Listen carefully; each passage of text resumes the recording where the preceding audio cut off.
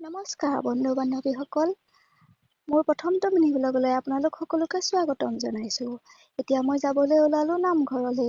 এয়া ওলাই আহিয়ে আমাৰ নামঘৰটোৱে পায় প্ৰথমে। তাৰ পাছত ডাঙৰ খুৰীৰ লগত ময়ো নামঘৰলৈ গৈ আছিলোঁ, যিহেতু ভাদ মাহ চলি আছিলে।